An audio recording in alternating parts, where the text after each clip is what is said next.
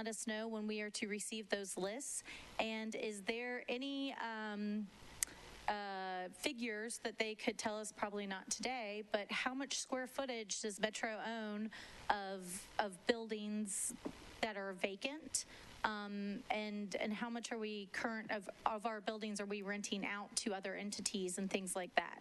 I think I would feel much more comfortable making a lot of the decisions we have tomorrow night if we had this type of information on a rolling basis. But since we can't even get it at a one-time basis and we had to legislate that, I will hold out my hope on the rolling. But so, Mr. Jamison, when are we going to get the lists of properties in our district? When can you get us a number of how many are vacant and things like that?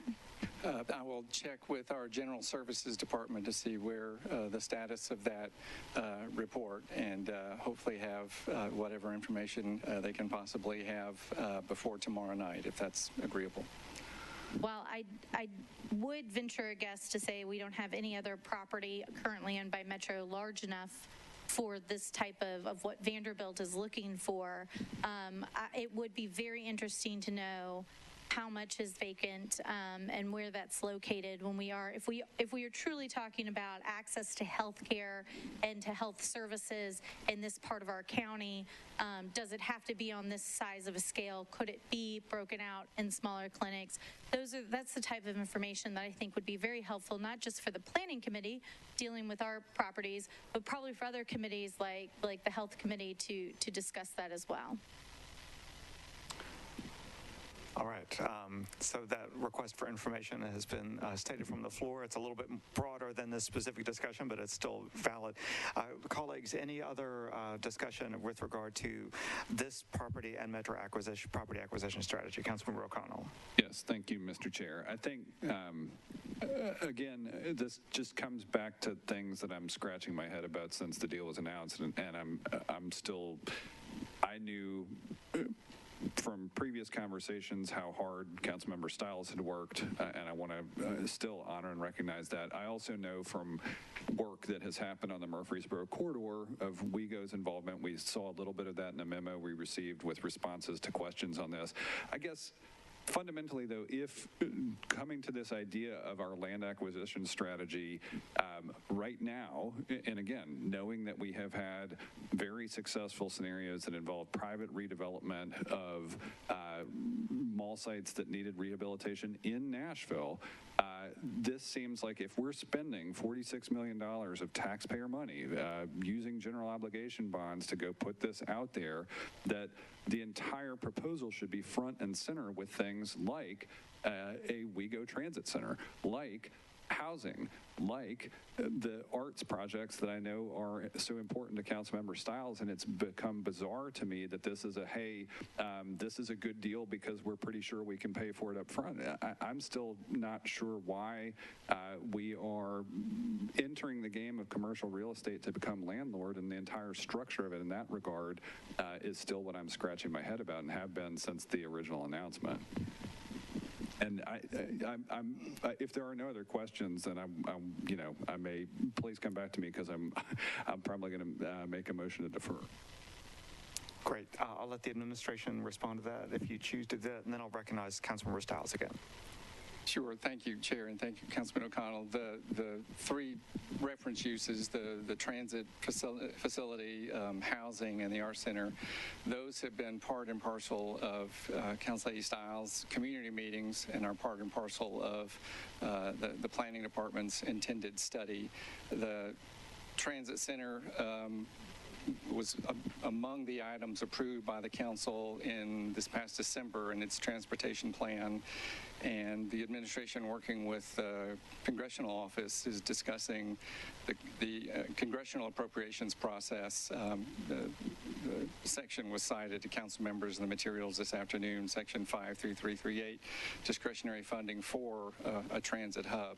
Those are all very much within the scope of potential uses, but again, subject to the community preferences that Council Lady Stiles and the Planning Department are helping to put together. Great. Next, thank you, Mr. Jamison. I'll next recognize Councilmember Stiles. Thank you very much, Chair. And I'm happy to touch on those three topics of the transportation, of affordable housing. I think that the arts is self-explanatory.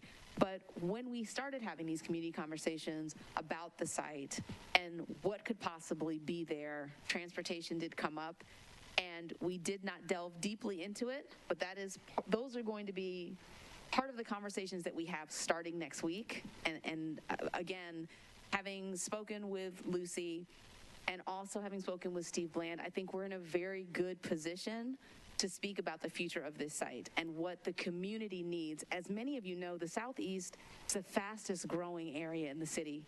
We have more and more people moving there every single day, and we do have a need for transportation and safe transportation.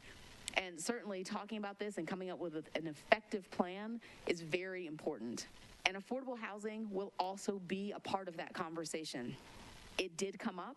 The first thing that was suggested by community members was housing for artists. So that is something that we will discuss and how that can happen. And I am more than happy to answer any other questions. Thank you, Councilmember Stiles. We do have, since we are on the topic of transportation and that is related to planning, I'm wondering if we could call on some of the WeGo representatives who are present to speak to that piece a little bit. Just for the planning study edification, I know we have a finance piece that's coming up and we are running a little bit late, but I know that this particular proposal is multifaceted, so I appreciate everyone's time. So I'll recognize Mr. Steve Bland. Thank you. Thank you, Chair, and thank you, Council Lady Stiles. First of all, the planning study that the council members referring to, that planning's undertaking, they did engage us in helping to develop the scope for that study, but I'll even go back, and I know Councilman O'Connell will remember this, that the network of neighborhood and regional transit centers throughout Davidson County, first one that we opened in Councilman Pulley's district a couple weeks ago, another one that we're working on in North Nashville, was part of the InMotion plan adopted back in 2016. And then was again kind of readopted in the Metro Nashville Transportation Plan back in 2020. So the transportation center facility that we're talking about in the Hickory Hollow area is really part of those ongoing pieces, and both of those efforts did have certainly engagement of the Southeast Nashville community as well as broader. And what it really is just making an existing transportation facility better, more robust, more regional in nature, and capable of handling a broader array of services in the future, in the context of whatever else happens around it at that site. So as I know the council member knows, it's probably a generational opportunity to, quote, get it right. So that's certainly our hope in participating in that process. Thank you so much, Mr. Bland. I've got Councilmember Van Rees, Councilmember Hancock, and then Councilmember Parker. So I'll next recognize Councilmember Van Rees.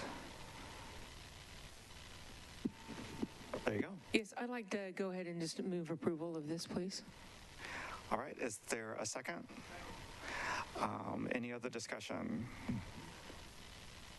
All right, we will try this, and I may need to call upon my esteemed counsel to assist with this just in case. But so we have a motion and a second for approval from committee members. Is there a point of order, Councilmember O'Connell?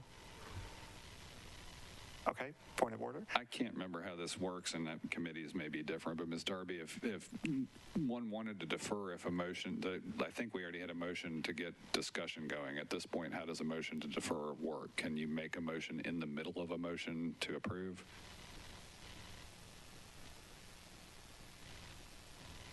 I mean, I think we're discussing the bill, I believe, because there was a motion to approve. I'm so sorry. That is true. There's already a motion on the floor for approval. At this point, the proper motion would be a called question motion to have the vote on the motion on the floor. I've already spoken, but with the grace in mind, I called question. Proper motion. with Grace in mind, yes, that would be a proper motion, or someone else could make the motion. The rules in committee are a little different. Less clear. It sounds like, with all due respect, Councilor Van Rees, it sounds like the Planning Committee wants to discuss this a little bit more with regard to planning issues specifically. So I'm going to continue going down the list, but thank you. Next, I'll call on Councilmember Hancock. Thank you for recognizing me, even though I'm not in this committee. In addition to the other concerns that were mentioned of transportation at this particular site, I'd like to mention that less than 3 months ago, we had the grand opening of Pencil Box Auxiliary Location in Antioch, which was supported in person by Councilman Stiles and Mayor Cooper. Now they're trying to find a new location because they're being asked to exit their facility, and I would like the body, as well as Councilman Stiles and the mayor's office, to consider allocating a small amount of square footage. I think it's a 800,000 square foot building, and Pencil would need 3,000 square feet. They could even do with as low as 1,500 if necessary, but Pencil is an organization that serves our entire city, that serves teachers and students across the city. Right now, their only location that's stable is on the west side, and I remember hearing Councilwoman Stiles and Mayor Cooper speak with passion about how much the teachers in Southeast needed that location, and I sincerely believe they still need that location. I would like that to be considered as everyone is contemplating this. Thank you very much. Thank you, Councilmember Hancock, and for all your advocacy for education and educators and students in the city. I'm going to quickly go back to Councilmember Stiles, and then I'll go to Councilmember Parker. Councilmember Stiles. Thank you, Chair, and thank you, Councilmember Hancock. To the issue that you just raised, that actually has a solution that is in place, but I would like to stress situations such as Pencil are a prime opportunity.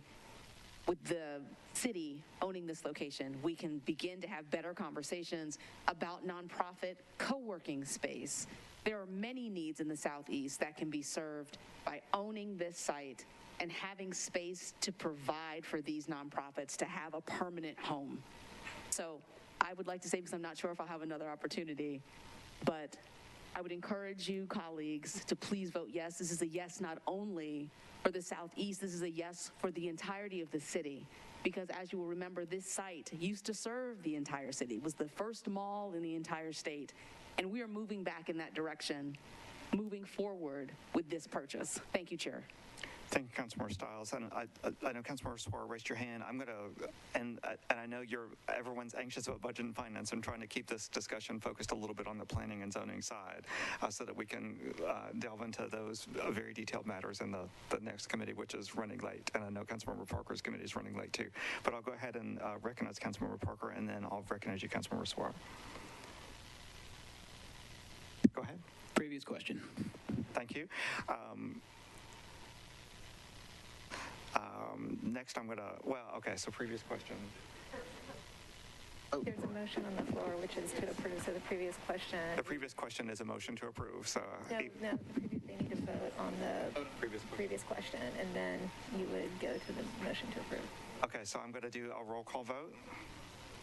I'm going to do a roll call vote on the previous question. So, Chair, I will vote aye. Councilmember Bradford? No. Councilmember Gamble? Councilmember Hager is absent. Councilmember Hall's absent. Councilmember Murphy? It's just up, down will work for me. So previous question, which is motion to approve. Mm-hmm. That's correct.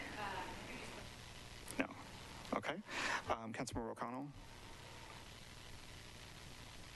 Councilmember Parker? Vice Chair Rutherford? Councilmember Van Rees? Councilmember Welsh? No. Okay, so. Sepulveda's here. Councilmember Sepulveda is present. Councilmember, just up or down for previous question? No. Okay. 1, 2, 3, 4, 5. 1, 2, 3, 4. Previous question fails. So what you got, 4 and 6? I got 5 and 4. Previous question fails, so we will continue our discussion, and I believe that next I have Councilmember Suarez. Thank you, Chair. I had a lot of question about the deal, but most of my question is finance and budget related, and I know it will be addressed there.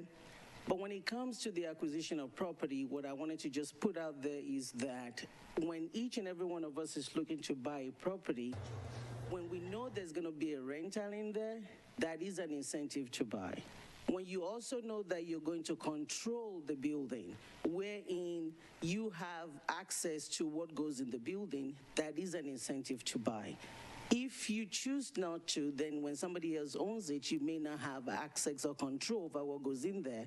And you may have to come back looking for money to rent or to buy from somebody else. So I just want us to think about that in terms, and I want to keep the conversation about buying separate from the financial part of it. The financial part we'll deal with, but in terms of whether it makes sense to always buy or put yourself at the mercy of someone, this is something the community needs. This is something the community wants.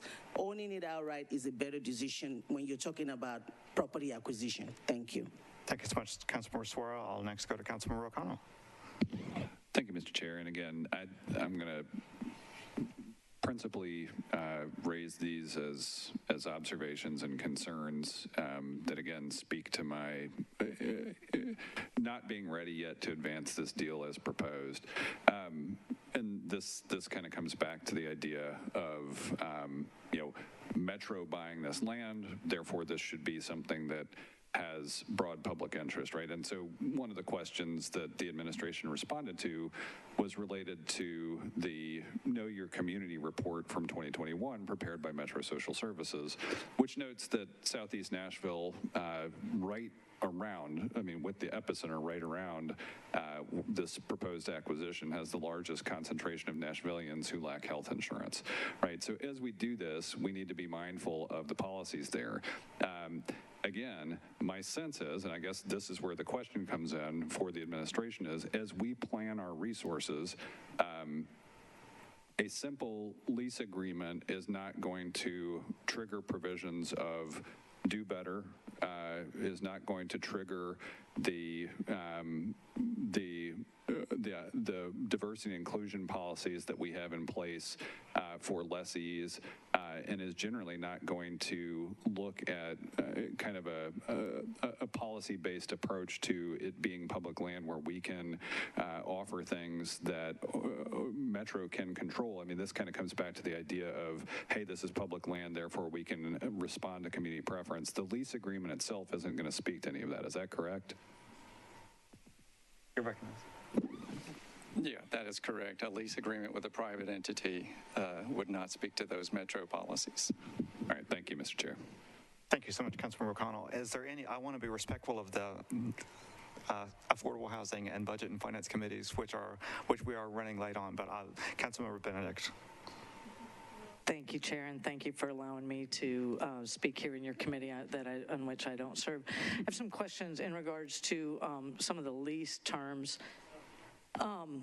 So it says we have that the costs incurred are equal to extending the closing would increase the purchase price by $500,000. I'm curious where that, and I think it's lease terms, so I'm hopeful that you'll entertain this. If I'm incorrect, please tell me. That's a little bit of a finance question, okay, unfortunately. We'll move that to finance. Yeah. Sorry, Chair, as I look through here. I was thinking about market rate for tent. Do you want to move that to budget and finance? Yeah, okay. Yes, please. Thank you, if you'll bear with me. Thank you, Chair, as I'm running through my questions, so that's all of it. From a comparative market analysis, is that appropriate for this? I think so, yeah. Okay, so do we know what the current, and we've had a little bit of discussion about this, but do we know what the current market value is of, for instance, Rivergate Mall or Bellevue Mall, some of the dark malls that are out there, and how does that compare to the value, in particular Bellevue? How does that compare to at the time the lease was signed as compared to where things are now? And how do we anticipate that, and when we look at the lease terms of this deal, how would that change, or would it change? Is there anything to learn from that, I guess? Sure. The appraisal materials, I hope the council received them submitted on Wednesday for both properties, and then sort of an update to the appraisals by Randy Buttons more recently. Bottom bottom line is, I'm sure you saw the appraised value of the two properties was 43.2, I believe, and the acquisition costs being at 44.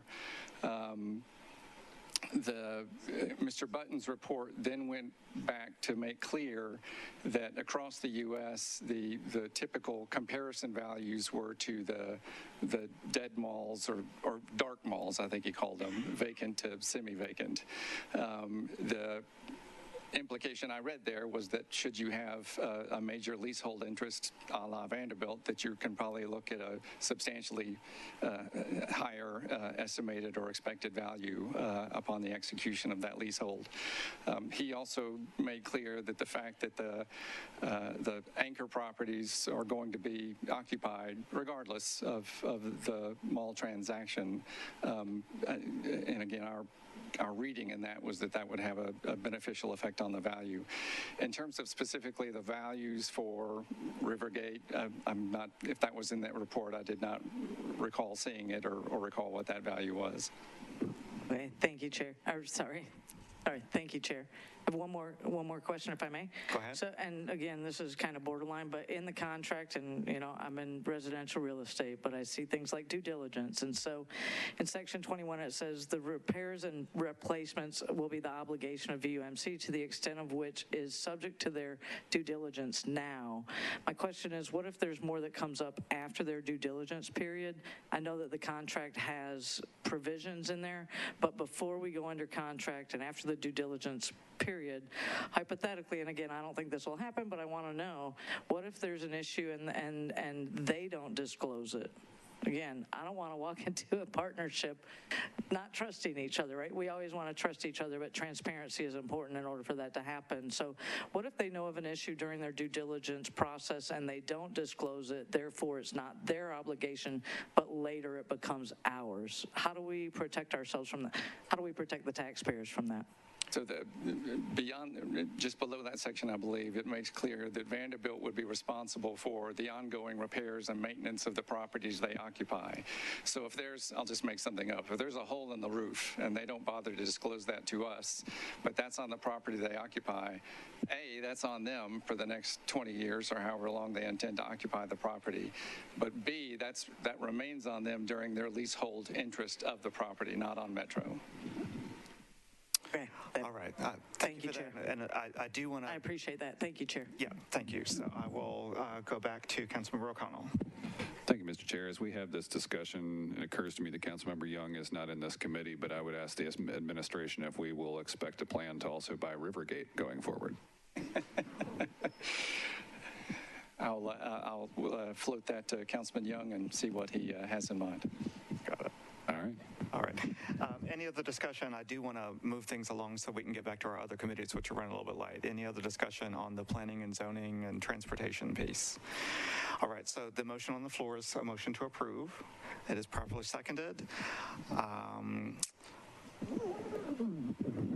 right. I think I'm going to do a roll call vote of the committee members, since this is the committee recommendation. Chair votes aye. Councilmember Bradford. Councilmember Gamble. This is for move for a recommendation of approval. Councilmember Hager and Hall. Councilmember Murphy. Thank you. Councilmember O'Connell. Okay. Thank you. Councilmember Parker. Thank you. Vice Chair Rutherford. Thank you. Councilmember Sepulveda.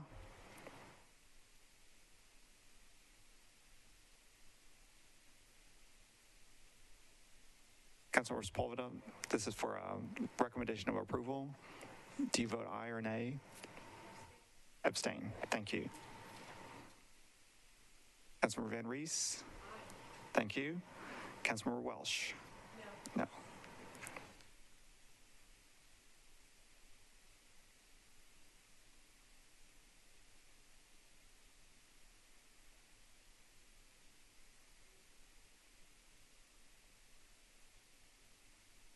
All right, so the committee recommendation is 6 in favor, 3 against, and 1 abstention. And I believe that concludes the business of the Planning and Zoning Committee for today. So thank you, everyone, for your patience. We have a lot of items on today's agenda. I'll now turn it over to Councilmember Parker for the Affordable Housing Committee. Thank you.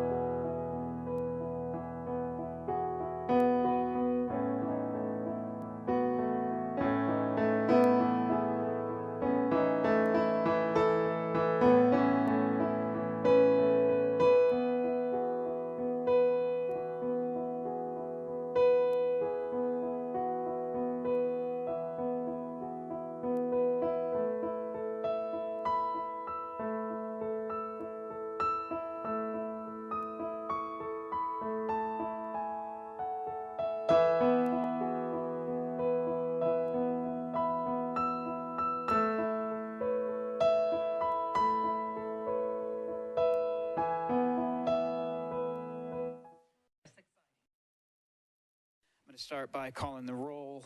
Chair Parker is present. Councilmember Allen is present. Vice Chair Hauser is present. Councilmember Mendez present. Councilmember Sepulveda is present. Councilmember Sledge, I saw somewhere. Hi. Thank you. Present. Councilmember Suara is present. Councilmember Taylor is present. Did I see Councilmember Toombs? Okay, I'll put an asterisk. She'll probably walk back in at some point. And Councilmember Welsh present. So we've got 9 present. Okay, we've got 2 items on the agenda. We're going to start with BL 2021-971. This was deferred for a long length of time, and therefore it is deferred by rule. Is that correct, Director Darby? Thank you. So this is deferred by rule, so we won't, if we'd like comment from, we don't want comment. So this will come back next meeting. Okay, Councilmember O'Connell, you're recognized for a brief comment on the deferral of this legislation. Thank you, Mr. Chair. I just wanted to reference that we've workshopped this with both the Continuum of Care and Homelessness Planning Council as well as the Barnes Fund Commission, and I think the feedback I've gotten from those 2 groups and other stakeholders who have weighed in has led to a substitute. So everyone will see that when this actually is scheduled to get heard. So you'll see that by our next meeting. Thanks. We'll be looking out for that substitute. Okay, so we'll take no action on that. Or do we need to recommend a deferral, Director Darby? You do not. It's by rule. I'm fine with this committee not making a recommendation on that. Next item on the agenda, BL 2022-1170 by Allen, Sledge, Van Rees, and others, authorizes the Health and Educational Facilities Board to accept payments in lieu of ad valorem taxes from its lessees operating mixed-income multifamily housing facilities, including housing for low and moderate income persons, and approving the program for determining qualifications and eligibility for such payments. Do we have a motion on 1170? Moved, and can I get a second? Thank you. Moved and seconded properly. I'll begin by going to the bill's lead sponsor, Councilmember Allen. I know we have some folks, some departmental folks here as well, but I'll go ahead to Councilmember Allen. Thank you, Mr. Chair. This is a tool that was recommended by the Affordable Housing Task Force, and I am going to go to Director Angie Hubbard and Hannah Davis to explain the intricacies of this, and they'll let them explain it. And also, I have just put some math on people's tables. If people like to see numbers while we're talking about money, I have a chart and then also shows one example. So that should be on everyone's desk as well. But with that, I'll turn it over to Director Hubbard. Thank you. Just briefly, I have another, Councilmember Mendez, are you all right with letting the departmental folks speak? Or would you, okay, thank you. If we could go to Ms. Angie Hubbard. You can join us up here. You can grab that microphone, whichever you feel comfortable with. Let me turn you on. You should be active. Thank you, Chair. Yes. As Council Lady Allen stated, this is a new and exciting tool, one of many that we need to have coming to address the affordability issue in Nashville. Some of the big overarching goals of this particular tool is to encourage affordability where we would not otherwise get it. So this is targeting the opportunity to create mixed income housing in areas of town where we will see development through market rate developers, but we wouldn't really get affordability without this particular tool. And we are looking at targeting different levels of affordability, and the abatement then would correspond depending on how deep that affordability piece goes. The benefits of doing an abatement in this regard are to ensure that we do have that long-term affordability, at least 15 years, with an opportunity to extend that affordability. And then it's also not dependent upon an annual appropriation, so we are creating that housing security for tenants in these buildings, these occupants, and then we're able to introduce compliance mechanisms through this use of abatement. We have some unique features that we haven't introduced in previous abatement programs, and that is one, the different levels of abatement that we're offering so that we can get deeper ranges of affordability. But we're also going to be requiring the developers to do affirmative marketing and submitting that to us, and what that is they'll need to develop a plan on how they will market these affordable units to people that would otherwise not know about them or have access to them. And as we develop a resident portal, which you'll hear us talk about down the road, they'll have to list these units on there so that people that are interested in affordable housing opportunities have the access that they need to know that these exist. And then Hannah Davis is available to speak to some of the technicalities of this legislation. Thank you, Chair. Thank you, Ms. If there are any questions, or we can just go there since we've got time, and then Hannah can answer specific technical questions. Okay. Do you say you want to go over to the folks in the queue or go straight to Hannah now? Go okay. queue. All right, we're going to work through the queue now. Thank you so much for that explanation. We've got first up Councilmember Bob Mendez. Councilmember Mendez. Thanks. My first question is for Director Darby. And I was traveling, so I might have just missed it. I haven't had a lot of time to look through this. In the analysis, it talks about limited to $3 million annually. I can't find that. I should be able to find it in the legislation. I can't manage to find it. Can you point where that cap is? Oh, apologies. You should be on. I believe the cap is listed in the program guide, which is the attachment to the resolution or ordinance, sorry. And is that binding, like it's at 3 million unless council changes it? Yes, it would be. Yes, it isn't, yes. And sorry, it's 3 million per year, right? It's $3 million per year, yes. So after 5 years, there could be a cumulative $15 million worth of abatement? Yes. And then, yes. So I've got some pet peeves with the Health and Educational Facilities Board, which just to make sure they're out there. It's not part of Metro, right? That is correct. It's created by, it's created separately from Metro, but it is set up to be a public instrumentality for the metropolitan government. Right, so it's like MDHA, it's a creature of state law, and the only oversight that we've got as a city is our appointment of their board. Yes, and you'll recall that their board members are nominated and elected by this body. Right, and so over the years, so this has been a captive organization formed by the Stokes and Bartholomew law firm in the 1970s, and Stokes and their successor law firm, Adam and Reese, has been the lawyers for the Health and Education Facilities Board since the early 70s till now. As far as I know, they've never bid out the legal work. There are no files, not a single file that the metropolitan government has on this board. They're all retained at Adams and Reese. Am I right about that? I can answer. I see Councilmember Allen wanted to say something. There are, the law firm handles all of their work. There are some things that come through Metro. For instance, when they do a bond issue, the mayor's office has to give approval to that bond for that bond issue. But this isn't an organization where anybody who's a Metro employee maintains agendas, minutes, a website, electronic files, post things for public meetings in advance. It's all handled by Adams and Reese. I believe it is handled by Adams and Reese. They have been posting their meetings through Metro's website. Since this body forced them to do it with a public records request a few years ago, is how that happened.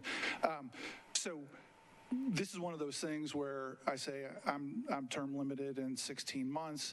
The idea of taking out of the, before you get to the operating budget, what could be accumulating $3 million per year. So 10 years from now, it could be $30 million worth of money that never even makes it into the budget for us to appropriate ever again, is bothersome to me.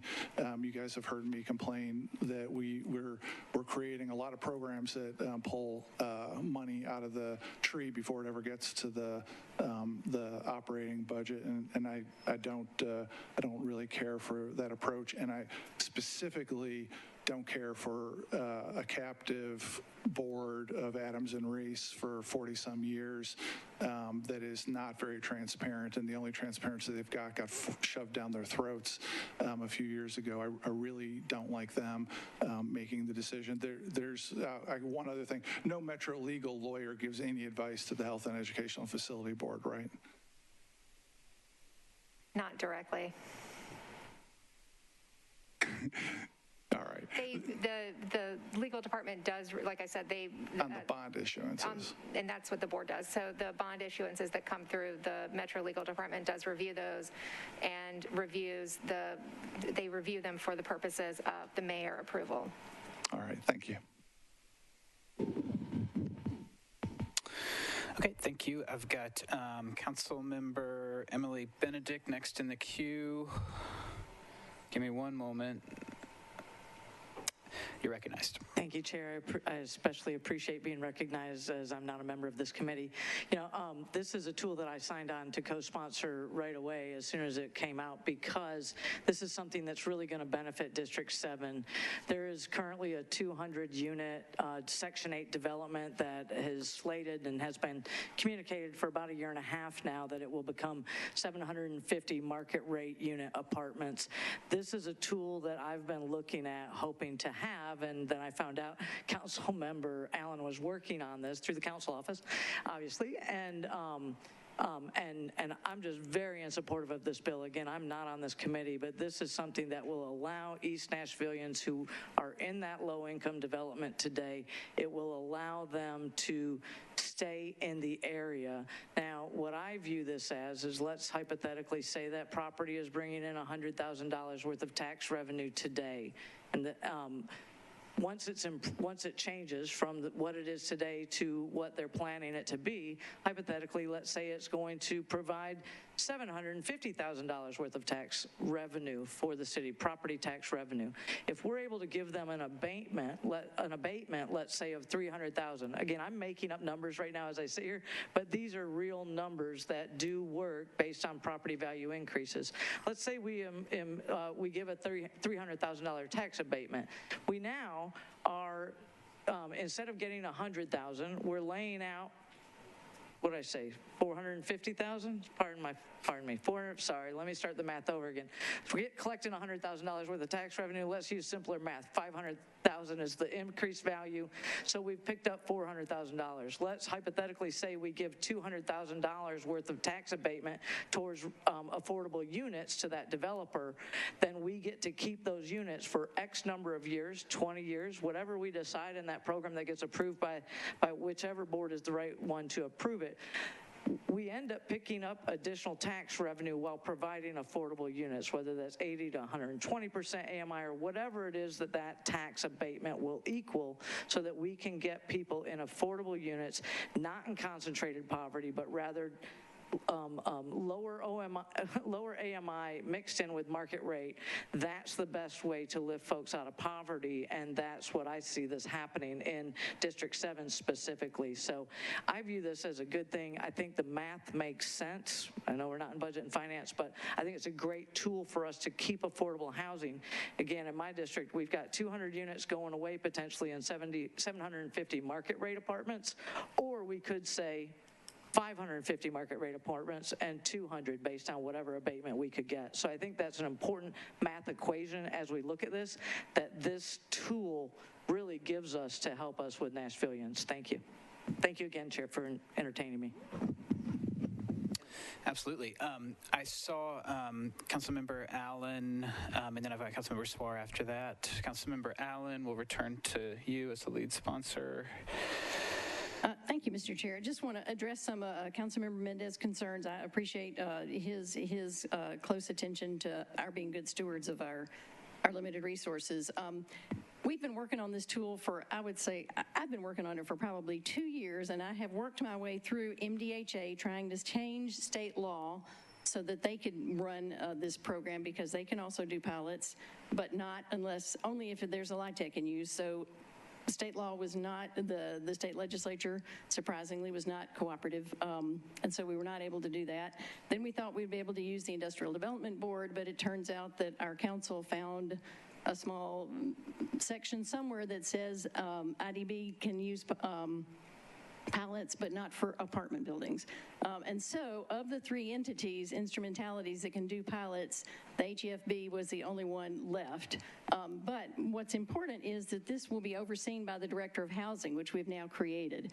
And not only will they be overseeing it, but they will be issuing annual reports, which deals with the transparency issue, which I think is very important. So we will have a mechanism for annual information on that, which and that's also spelled out in the program. So I think those are important things to be aware of.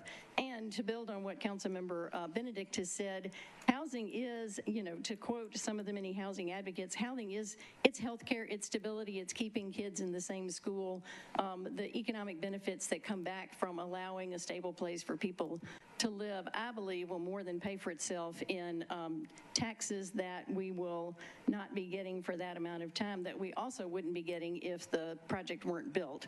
So none of this is taking away from the tax base that we currently have. This is all an abatement of new taxes that are added and taking part of that towards housing. The rest of it can then go towards schools and public safety and other important public goods. So I believe this is an important tool, and I appreciate Director Hubbard figuring out the interesting tiered approach that we're using so that we can have lots of different flavors of it. I would appreciate everyone's support. Thank you, Councilmember. Let's see, we have Councilmember Swara in the queue. Councilmember Swara, you're recognized. Thank you, Chair. I want to speak in favor of the bill. The idea to use this board actually came when I started working on it, not knowing that Councilmember Allen is, and it was Senator Gilmore that found the loophole for me when I was looking at it in terms of what can we do to help with housing. What I want everybody to understand is that the current pilots that we have only work with non-for-profit developers, and so there's only a limited number of non-for-profit developers, and the amount of housing that we can create is limited because of that.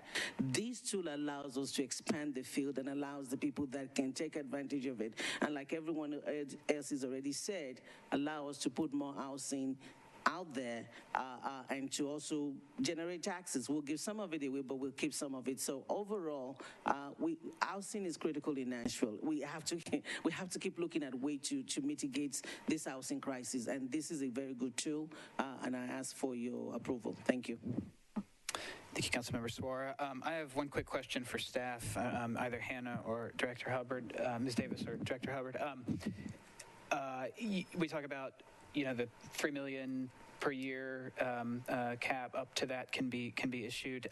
What do we expect? What can we expect in terms of unit count? Do you have any sort of projections about what we're hoping to accomplish here with that? Oh, sorry. You should be on now. Yes, thank you, Chair.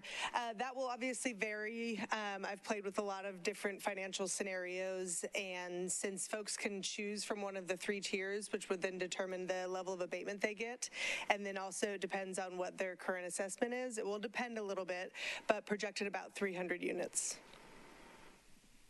Excellent. Okay. Any other questions? Councilmember Hurt, you are recognized. Thank you, Mr. Chair, for recognizing me, considering that I'm not on this committee. But I was just wondering, of those 300 units, what percentage will be for low to moderate income families? All of them. I believe they are all income restricted. That's the that's sort of the deal to get the tax abatement in the first place. Okay. And there's different tiers. I don't have the specifics. We could go to staff if you'd like to. If you can briefly explain the. But I think it said something about it'll be up to 50% of AMI, and I'm just concerned about it in terms of the amount because, you know, the median income now they said is about $80,000 for a household, and our low to moderate income families don't make that kind of money. So I'm wondering who's really going to occupy these homes, because I know what it may say, and all of it may be that it's for the low to moderate income, but sometimes we do some funny things with the messaging, and what we think it's going to be, in the end, it turns out being something different. And I'm just wondering if that's going to work. If a student that comes out of college and starts a job as a teacher, would they qualify for this? And be able to afford it? Sure. Yeah, those are great questions. I mean, we famously have one of the wealthiest zip codes in the nation in our metropolitan statistical area, which makes things a little bit skewed when we talk about low-income Nashvillians and who qualifies. But I was wondering if either the lead sponsor or if staff could address sort of the breakdown in the different tiers of the program. Thank you, Chair. On the second page of the exhibit, we list the various levels of the abatement. So to get the maximum level of abatement means that a developer would have to require deeper affordability or include deeper affordability. We're particularly targeting a percent of units available to people at 50% or below of the area median income. And for a single person, that would be $29,550. And then it scales up depending on the size of the household.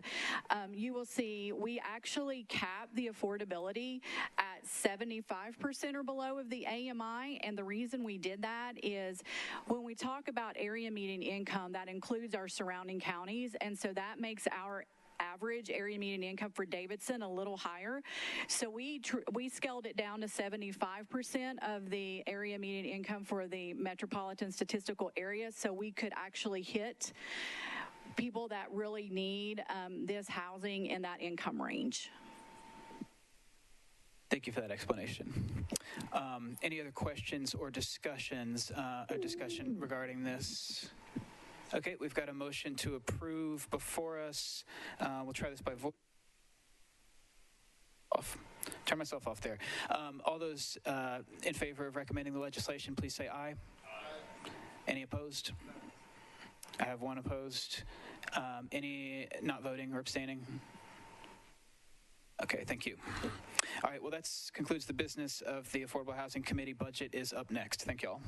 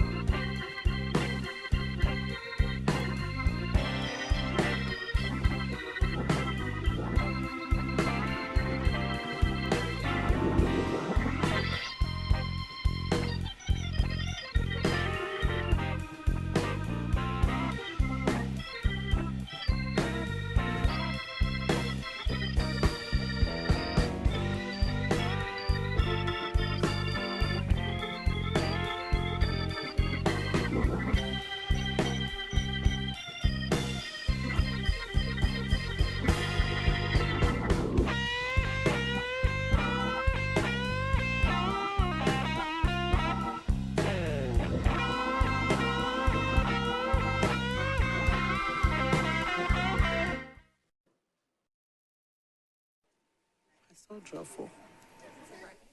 It was here. Okay. Hodge. Okay. Mendes. I see you. Pulley. Roten. Sledge. Suara is here. Syracuse. Thank you. Jones. So. Van Rees. Virtue. I have 1, 2, 3, 4, 5, 6, 7, 8, 9, 10. Should I count Droffel? Should I count Droffel? Let's do 10 right now. Well, I do. All right, that will be 10. We have a quorum. So I'm going to start off by reading the items on the consent agenda.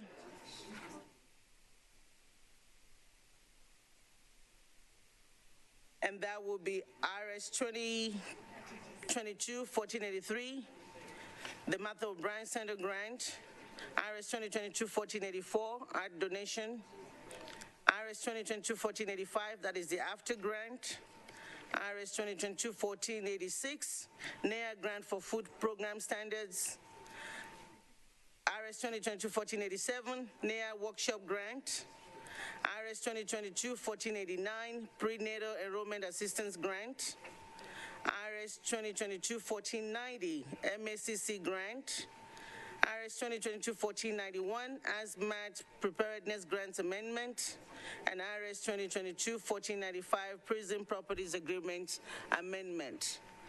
Does anything need to come off the consent agenda? 1444, no ma'am, it's not on consent. Anything else need to come off? All right, so I'll go ahead and read the caption for the consent.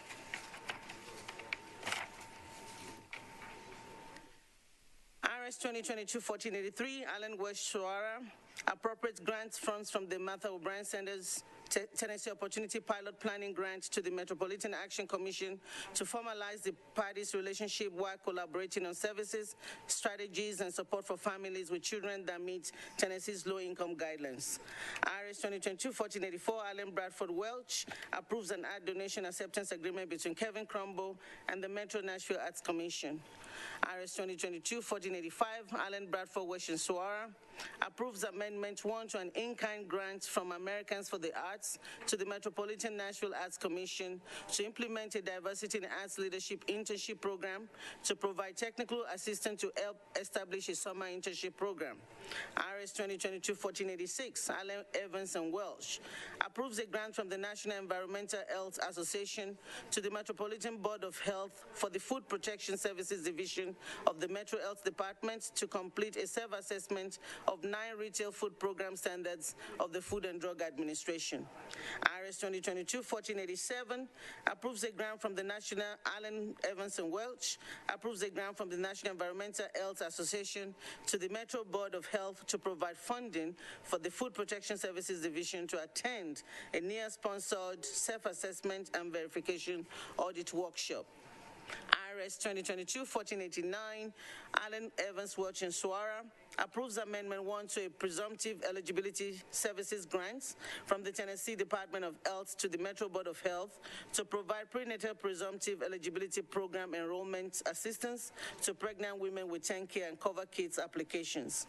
RS 2022-1419, Allen Evans, Bradford, and Suara approves a grant from the Friends of Metro Animal Care and Control to the Metro Board of Health to provide funding for various programs for shelter animals. I believe the last one, RS 2022-1491, Allen and Evans, approves Amendment 1 to a grant from the Tennessee Emergency Management Agency to the Metro Office of Emergency Management to provide resources to procure items, training, and/or equipment for hazardous materials preparedness. And I think there's one more, that is RS 2022-1495. Allen and Young approves an amendment to an agreement between the Metropolitan Department of Water and Sewage Services and Prison Properties to extend the term of the agreements for a period of 1 year. And those are the consent agenda. Anything else need to come off? All right. Seeing none, can I have a motion to approve the consent agenda? Thank you. Second? Moved and seconded. Any further discussion? All right, all those in favor say aye. Any opposition?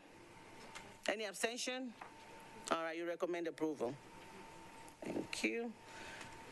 Now let's go to items of consent. The first one is RS 2022-1444, Parker Allen Toombs and others, authorizes a grant not to exceed $1 million from the Barnes Fund for Affordable Housing to Pathway Lending for the express purpose of providing weatherization assistance and energy efficiency improvements to housing units owned by qualified low-income individuals and families. Can I have a motion, please? Second? All right. Councilmember Toombs.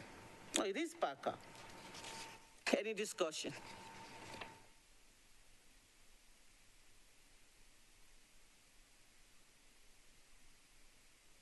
Hold on. Councilmember Oath. Yes, thank you, Madam Chair. I'm still concerned about this. I've been asking some questions to get a better understanding, and I guess my whole concern about this is the fact that I carried the power of change legislation with NES that was specifically done for weatherization. So I'm trying to understand the connection of the Barnes Fund and Pathway Lending doing weatherization when we already got a fund set aside where our constituents are putting money, contributing money for weatherization. Now we're going to take more money that comes from Metro and put it towards the weatherization. So it kind of, to me, dilutes my whole effort with the legislation.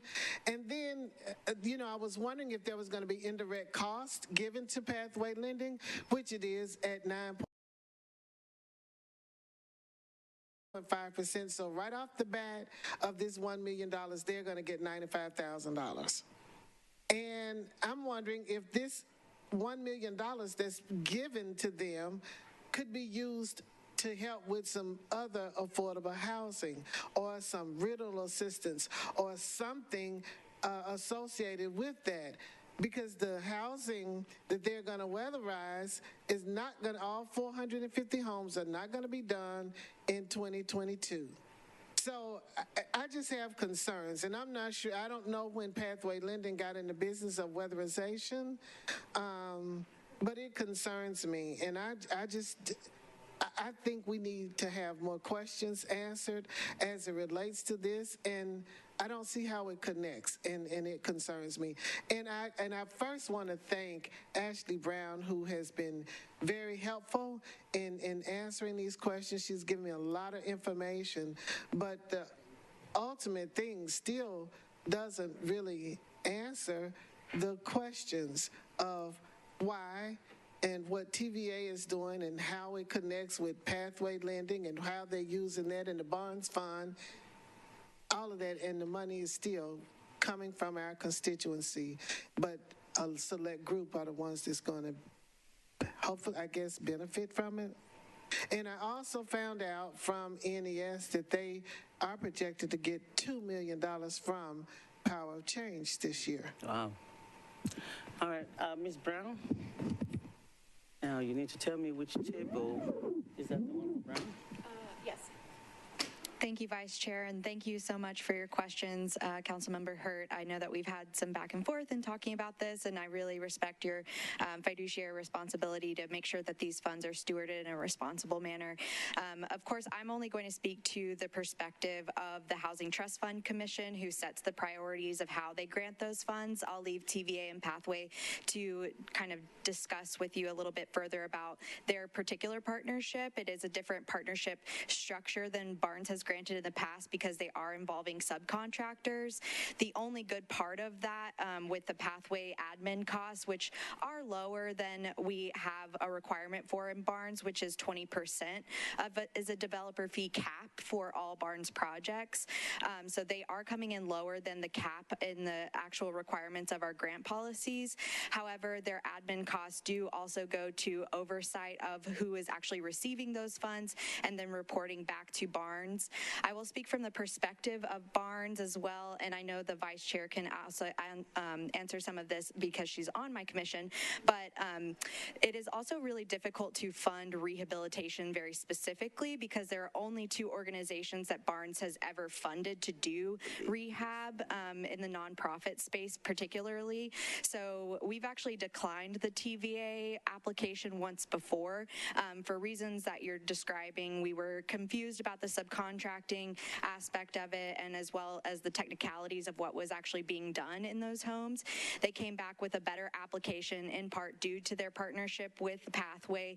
They got a different partner to actually write the application with them, which I think helped their overall score, which they did score much higher this time around, which is why it made it to our final review round this time. They also, specifically the types of weatherization that they're undertaking, we often see in the rehab space. So things like the HVAC unit, some of the actual insulation needs, some of that. But they are also working with our other nonprofit partners that we do fund through the Barnes Fund to do rehab in case there's any scope of work that really goes beyond those weatherization needs. Their needs assessment did say that they have about 44,000 households within Nashville-Davidson County that actually need this type of weatherization under the 80% AMI, which we just had a really lively discussion about what AMI means here. But those are low-income homeowners living in those homes who are often income restricted just based on their restricted income, especially for folks that are retired and only have so much money coming in. So they don't have the type of funding to actually go and get these improvements done to their home without some kind of nonprofit partner coming in and doing that work for free. This is one of the only grants that we have that actually doesn't have a lien requirement because the TVA Uplift program doesn't do the lien requirement. So we actually contractually obligated them to only spending $5,000 of Barnes funds per home, which means that very little is actually going into the home from the Barnes perspective, but they're able to match that with TVA dollars to actually do the full scope of work that they're talking about. I know I've kind of spoke ad nauseum about the project overall, but I'm only here to defend the Housing Trust Funds Commission vote to award this and not necessarily the merit or quality other than the application we received. Thank you. Thank you. But you know what I would like to see, Madam Chair, is some of those neighborhood organizations get the kind of money that's going to be going to Pathway Lending to help build the capacity within those communities, because many of them deal directly with the residents there.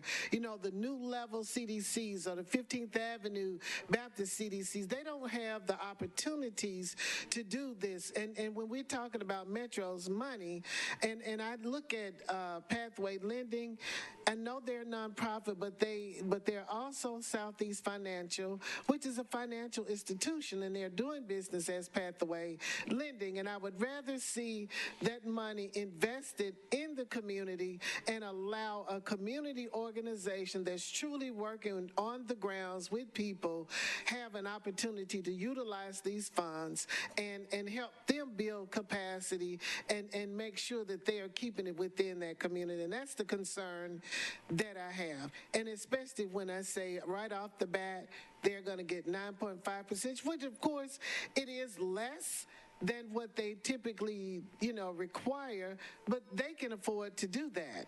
An institution like Southeast Financial or Pathway Lending. And I'm really not trying to, shed any negativity on Pathway Lending because they do what they do and they do it very well. But I also would like to see some equitable distribution and giving others that opportunity to serve the community when you're utilizing Metro funds. Thank you, Councilmember. Ms. Brown, if you can speak to, if you remember, we did pass a bill that talks about using some of the Barnes fund for capacity building and making sure that smaller non-for-profits are in this area. Can you just speak briefly to in terms of what the commission is doing in that area to address Councilmember Hutt's concern? Yeah, absolutely. And I really am grateful to you, of course, for carrying that legislation that commits the Barnes Fund specifically to a 20% allocation to our small organization fund or pool. That really does help build some of those capacity. It's not a capacity building program, but it does often help our developers, especially our first-time developers, with 1-2 developments to get under their belt to really prepare them to have bigger asks. In addition to that, I do also have a monthly meeting with Aron Thompson from Red Academy to discuss what a subsection of the fund might be. We've discussed that at the commission level. We've had Clifton Harris and Aron come and speak to the commission about that and what the capacity building, especially in the contractor and developer space, really looks like, because there's a desperate need for more contractors here. TVA is actually only able to do the program that they're doing because they're bringing in outside contractors.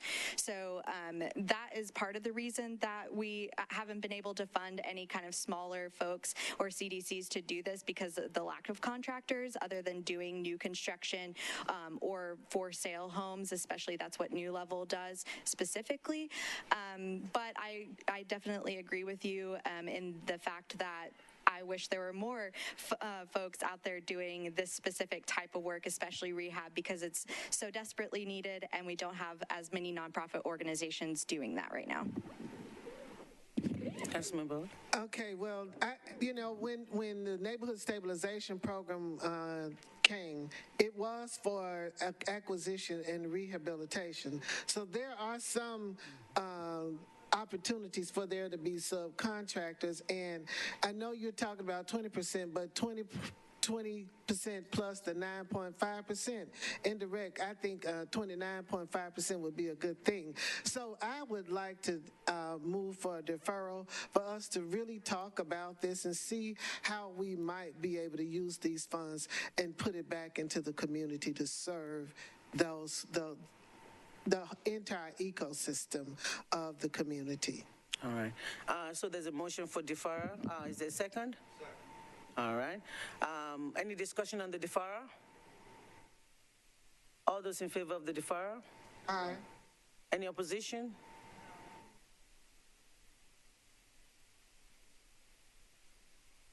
Okay, I need to have hands up on that one. Those that are in favor of the deferral? 1, 2.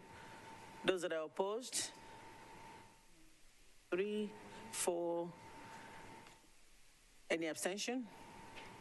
Well, the deferral motion fails. Any further discussion on the bill?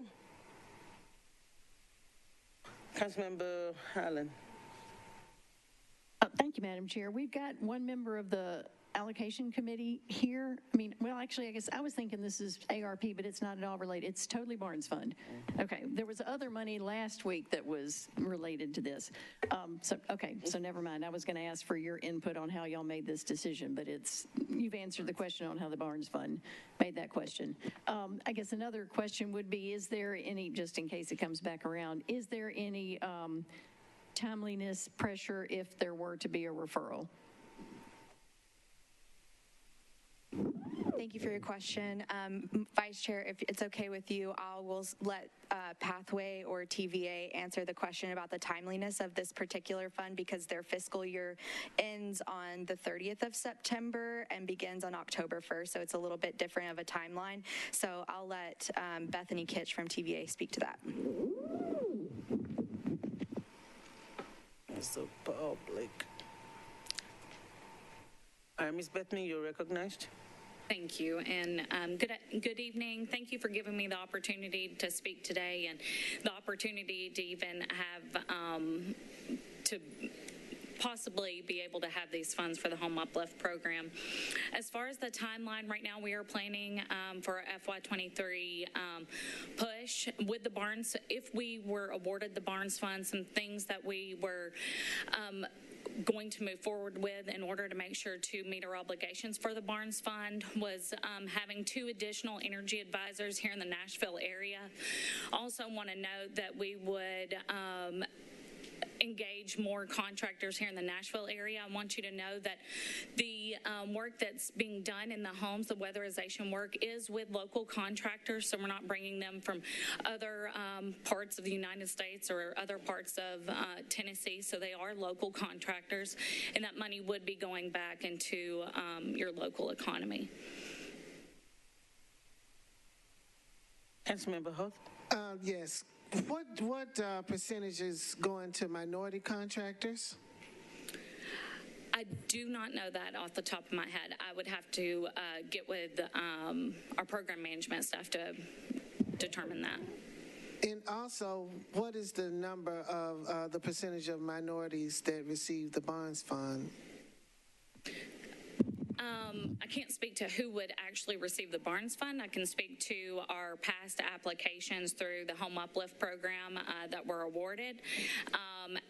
And of course, that is a optional field on our applications. For the applicants who completed that field, 51% are African American. Say that again, please. 51% are African American. That are applicants or awardees? I think the data that I have are applicants. I would have to look to see who was actually awarded. But I know a majority of who has received Home Uplift upgrades are African American here in the Nashville community. Well, of course, they are the recipients of those services because they are the ones that are in most need of it. But those who are actually doing the work are not African Americans, I would venture to say. Well, I will say that we have partnered with Goodwill of Middle Tennessee. I'm not sure. They're not a nonprofit. No, I'm sorry. So we've partnered with Goodwill of Middle Tennessee, who has a training program to help in underserved communities learn skills in the construction industry, and we are partnering with our QCN to make sure to get those folks hired within our network, and a majority of them have been African American. I just wanted to mention that partnership. Can you get that information to us in terms of the people that are actually doing the work, whether it's the main contractors or subcontractors? I think that would be very crucial. And I will dare say that this has come up a lot in housing conversation, whether the bonds fund on this floor. I think we have to be intentional as we get in those grants and as we're looking for people to do the work. So if you get this, you need to make sure that you're looking at that. It cannot just be something that we're just talking about anymore. We would need those data to make sure that there is a Nashville for all and we're including everybody. That's what Councilmember Hurt is trying to get to. So if you can get us that data, I think that would be great. And then if you can get us the one from Bonds Fund, I think that would be good. And I will say that as we continue, let's just be intentional about how we're awarding contracts and the work that we're doing. Thank you so much. Thank you, Chair. And I agree. Okay, this is my last statement. The only way we're going to be able to change that is that we're going to have to stop awarding the contracts. As long as we continue to award the contracts, we can talk it all day long. But if we continue to give it to them, there's no incentive or no penalty for them not giving it. So we're going to continue to see the same numbers as we always have. They say you're going to get what you always got if you continue to do what you always done. Thank you, Councilmember. Any further discussion? All right, we're ready to vote. All those in favor say aye. Any opposition? No. Any abstention? All right, you recommend approval. Without any objection, I would like to recommend moving RS 2022-1451 to the end of the agenda, so that way we can take up all the other issues before we get to that. And we're also looking, I think RS 2022-1452 is not on your agenda. We need to make sure that we've included, and so we're working on that. So it's missing on your agenda, but both of those, without any objection, we'll ask that we move it to the end of the calendar. Thank you. All right, so next we have RS 2022-1477, sponsors Taylor, Syracuse, and Allen, authorizes a grant not exceeding $50,000 from the undesignated fund balance to the general fund to Music City, Inc., a nonprofit organization for the express purpose of restoring and rehabilitating the ex-lodge. Do I have a motion? Second? Thank you. It's moved and seconded. Any discussion? Councilmember Allen. Thank you, Madam Chair. I know this is a great historic place, and I applaud the opportunity to do restoration on it. Just because I've been involved in lots of discussions about which nonprofits are being funded by Metro, just wanted to make sure that it's clear how this nonprofit was chosen. So one question that I would ask, and I've had a request from other committees, is if it's special because it's part of the convention center, should it also go to that? Should we also refer it to that committee, or if it's because of its historic significance, should it also be referred to the Planning and Historic Committee? Does the administration want to take that? It's certainly no objection to either committees weighing in on this.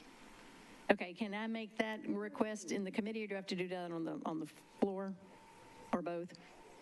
Okay, I would ask to refer it to both those committees, because it's not clear necessarily what designation is putting in this position. So are you asking that we consider it and then we ask for it to be referred to the other committees, or are you saying that, what are you? Do we need to defer it in order to make it go to, well, the planning is already met, so it's a resolution, so I think it would require a deferral to do that if there's not a time factor on this. Just some other questions about, I mean, why this nonprofit and not any of the others? I just would like for either the historic. Today. So we'll finish asking that question of, is there a timeliness issue would be the first question. If not, then deferring and re-referring, just to have those other committees consider. Mr. Jameson. Thank you. So the building itself, I know you've read its historic significance. Its deterioration is essentially the roof and plumbing. And so there's obviously some impetus on the part of the owner to get the roof corrected before continued weather events. Whether or not 2 additional weeks would make the difference, I suspect not, but I'm guessing there. Music City, Inc. is a nonprofit that was originated by the NCVC. They are contributing. They are matching this contribution to the amount of $50,000, which we could not call upon or even expect of other nonprofit partners. They volunteered this, and we were very grateful for that. So this is a matching resolution grant on our part, and that's what made them an attractive partner. Gotcha. Okay, that's helpful. Thank you. Councilmember Hood. Again, Madam Chair, with all due respect, we have given nonprofits as much as $15 million for a parking lot. This is a historic designation. It has weathered the storms, the tornadoes, all of these things. It is historic. It is the only nightclub of the era of Jefferson Street that's still standing, of all of those clubs that were there during the heyday of the 1950s and 60s. And $50,000 in order to restore this historic place, I think, is a drop in the bucket compared to what we've done for other nonprofit organizations. And I just find it so disheartening to see us argue over $50,000 when we've given $15 million for a parking lot. And we can go on and on and on of other examples of similar things. I mean, at least on this one, trying to help restore a historic location, I think the administration got it right. And I encourage my colleagues to support it. Thank you. Any other discussion? All right, seeing none, we're ready to vote. Councilmember Taylor. Thank you. As a sponsor, I just want to be clear. Thank you. I'm not on this committee, just to make sure that we're not re-referring or referring this to an additional committee with your vote that you're going to have in this committee. Well, that was never moved. So. Okay. Thank you. I ask for your support on this. Thank you. Right, it was never moved. Right, it was never moved. So, Figure out what the convention. but we never have that motion. Okay. So we're back to voting. All those in favor, aye. Those opposed? Any abstention? You recommend approval. Thank you. Next, we have RS 2022-1478, Gamble, Johnston, Allen, and others, approves nonprofit partners for technical assistance, marketing, and outreach to assist underserved small businesses through the Nashville Small Business Recovery Fund. Do I have a motion? Second, thank you. Moved and seconded.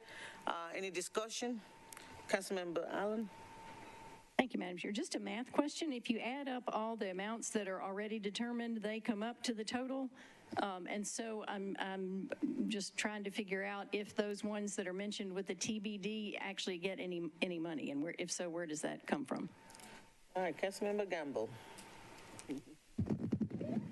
Thank you, Chair, and thank you, Councilmember Allen, for that question. Director Pogue is here. I'll let him answer that, and then if I could, I would like to add to the discussion after he answers that question. Thank you. All right. Director Pogue, you are recognized. Good evening. I'm Courtney Poe, the Director of Economic and Community Development for Nashville. So, as part of the $20 million allocation for the Nashville Small Business Recovery Fund, $9 million was set aside for grants, $9 million was set aside for loans under the management of Pathway Lending, and $2 million was set aside for technical assistance, marketing, and outreach for up to 10 nonprofit organizations.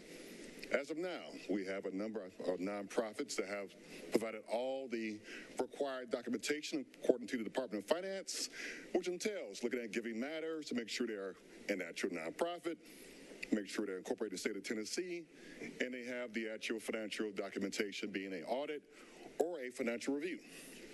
And so there's $200,000 for 4 entities, up to $50,000, which we are still waiting on financial reviews from. So at a later date, once those organizations submit their financial reviews, we will bring back a subsequent ordinance or resolution to approve those entities for this program. So in the sake of timing, because we would like to roll this program out to really make sure, one, we are gearing it to supporting our small businesses here in Nashville, but also make sure we're going to gear it towards supporting organizations historically have not been served with our small business funding. So timing is of the essence. Thank you. Councilmember Gamble. Thank you. And just to clarify, I think the question was the total amount on the attachment comes up to 2 million rather, with the to be determined not listed. Those are additional $50,000 grants. So those additional 3, 4 $50,000 grants that we're waiting on the documentation for those organizations before we can award them. Are they calculated in this $2 million figure? It doesn't look like it. A 2BD, and there's $200,000 that was set aside for organizations to, once they submit the documentation, they can come back and we'll put it into another resolution. If they don't come back, we'll find some additional organizations, go back to the whole committee process, the COVID-19 committee, get your approval there, bring it back to this body and back to council. So. Right. Thank you for that clarification on the process. I guess just for the council members to understand, the to be determined is the amount has been set at $50,000. We're just waiting on the documentation before we can administer those funds. And if I can go on and speak to the resolution, if you recall, recall, several weeks ago, the Metro Council, the ARP committee recommended the allocation of $20 million for the Nashville Small Business Recovery Fund to assist small businesses that continue to struggle as a result of the pandemic and the shutdown that we had. With the CARES funding, we allocated, I believe it was $3 million for small business relief. As you can imagine, that was during the height of the pandemic. That money went fast. Although we were able to serve, we put a set aside of 30% of that funding going to minority businesses. And even though we met the mark of 32% of minority businesses, there were still many other minority businesses, particularly in the North Nashville area, as well as in the Southeast area, that for whatever reason did not get that support from that funding. So this time around, we want to make sure, first of all, that we had more funding to allocate, and second of all, that we partnered with community organizations that are on the ground, that are serving these small businesses, helping them with resources that they need, and could make sure that to get them to the table for this round of funding. And so we've selected these 10, there was a request for proposals that Mr. Director Pogue and his office coordinated.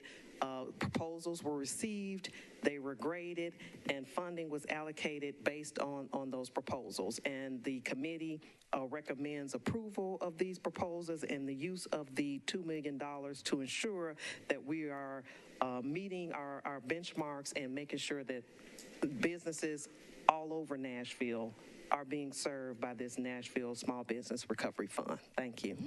Thank you. Any further discussion?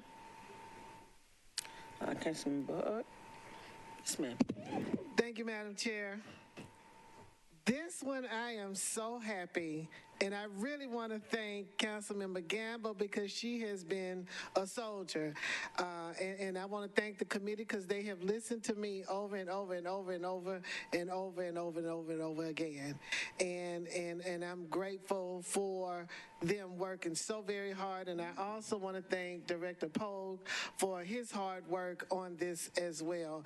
I really do appreciate the listening ear and then turning it into something tangible for these nonprofit organizations. And hallelujah. Thank you. All right, Councilmember Gamble.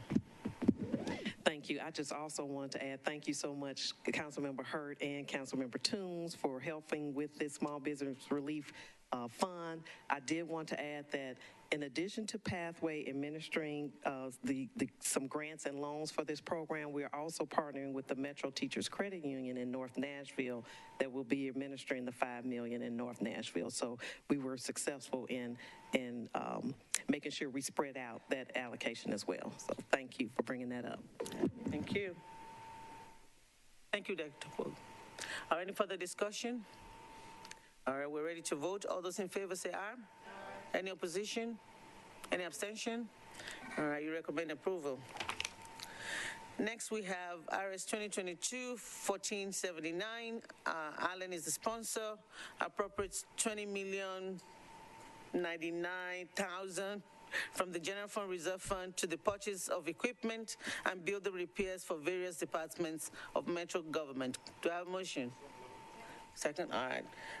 Properly moved and seconded. Any discussion? Councilmember Mendes. Oh. Sorry. I saw money, I saw your hand. Any discussion? All right, saying none. All those in favor? Any opposition? Any abstention? Recommend approval. Thank you. RS 2022-1480 Allen appropriates to certain accounts for the benefit of the Administrative Department, Fire Department, Public Works Department, Social Services, Solid Waste, and Mediation Services in the amount of $14,007,600. Do I have a motion? Seconded? All right, it's moved and seconded. Any discussion? All right, saying none. All those in favor say aye.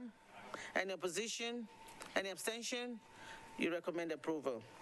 Next, we have RS 2022-1481, Allen appropriates to certain accounts for the benefit of the Administrative Department and Office of Fleet Management in the amount of $28 million. Do I have a motion?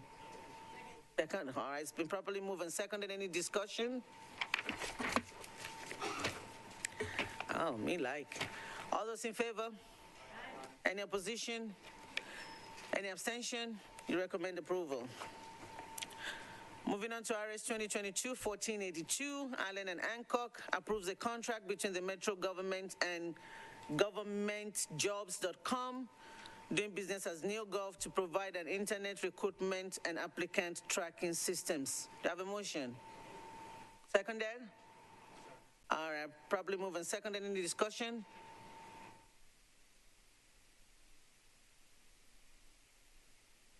All right, saying none, all those in favor? Any opposition? Any abstention? You recommend approval. All right, here's a consent. Consent. All right, we have RS 2022-1488. Allen Evans and Welch approves a contract between the Metro Board of Health and Tennessee Department of Health to provide medical examiner investigation, postmortem examination, and consultations. Do I have a motion? Thank you. Probably moved and seconded. Any discussion? Hearing none. All those in favor? Any opposition? Any abstention? You recommend approval.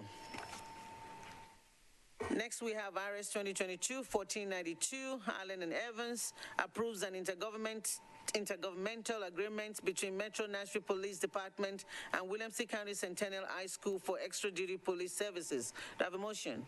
Seconded? All right, probably move and seconded. Any discussion? Councilmember Allen, we want a roll. Thank you, Madam Chair. Just two questions. Number one, this is another county, so that seems different from anything that I've seen. So if someone could just address how we're going outside the county. And then secondly, is this something that our police welcome, the opportunity for extra income, or is this placing a burden on them? Thank you. You recognize, sir. Thank you. Chris Gilder, Commander, Metro Police Department. So this is actually in Davidson County. It is their school's holding their prom. They're looking for extra duty police services there. It's our standard SEU contract that we normally engage in with private and public partners, but because this is another governmental entity, has come through council. And the second question, is this something officers jump on because it's extra income, or is this a burden on them?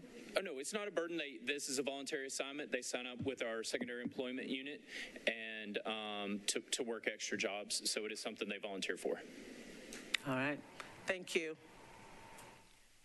Any further discussion? All right, hearing none. All those in favor? Those opposed? Any abstention? You recommend approval. All right, which one do I have next? Okay.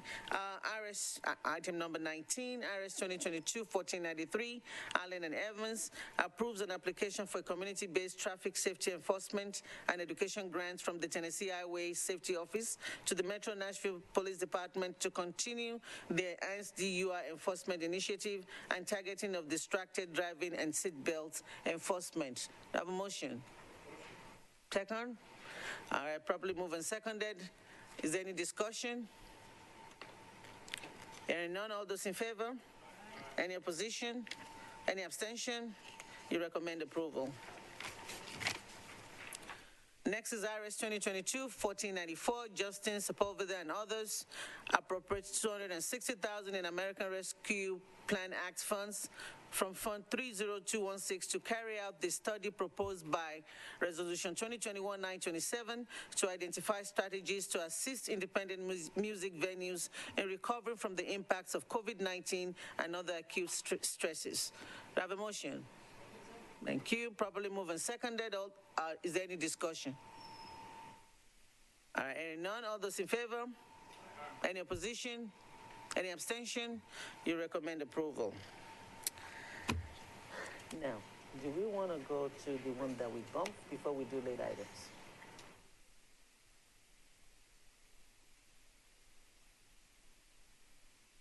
22. Are we moving into the very end of everything? Okay, all right. We'll go to the very end of everything. Thank you, ma'am. All right, next on the agenda is a late item, late resolution. Item 22 from O'Connor approves a Rebuilding American Infrastructure with Sustainability and Equality raise grant from the U.S. Department of Transportation to aid in the community outreach, planning, and design of the East Bank Boulevard project. Do I have a motion? Second, thank you. Properly moved and seconded. Any discussion? Councilmember Toombs. Thank you, Madam Vice Chair. I would like to hear from someone from NDOT. I think this is great, but I know in my district, their connectivity is a huge issue. There's a lot of development going along the West Trinity corridor, and there's been a lot of talk and desire from my constituents for a bridge connecting the Haynes Trinity Bordeaux area to downtown. And so wanting to know if there's going to be any focus on areas other than the East Bank in terms of connectivity and potential bridges. Thank you. You're recognized. Good evening, Diana Alarcone, Director over Transportation and Multimodal Infrastructure. In this case, for the RAISE grant, it is going to be focusing strictly on East Bank and the potential of expanding just a little bit further to the north to connect to Dickerson, and as well as a potential opportunity of building a bridge that would connect over to Napier on the south. So in this particular case, this is only going to be looking in that particular corridor. But we certainly can take a look at some other opportunities down the road because there's a lot of great infrastructure grants moving forward. Councilmember Jones, are you okay?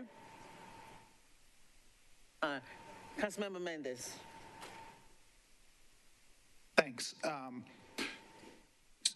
Again, reading fast as I got back to town earlier. So this has it's a $5 million grant with a $5 million match. Is that right? It's $4 million match. I think it's a $4 million match. $4 million match? All right, so $5 million grant with a $4 million match.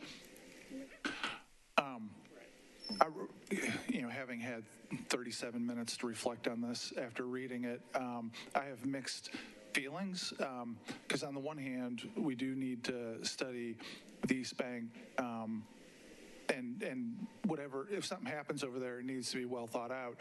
On the other hand, I've definitely heard the same thing that Councilmember Toombs has talked about. I've definitely heard that from residents north of the river in that direction.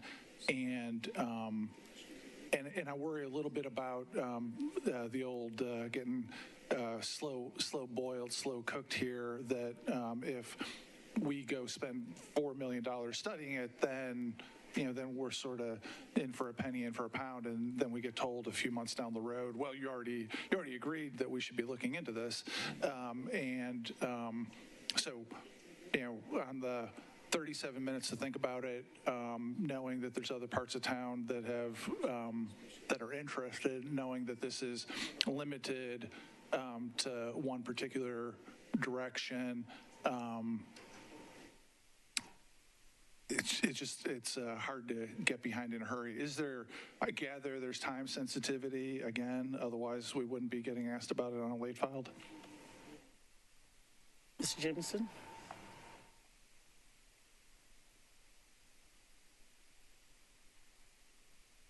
It's on. Oh, admin table.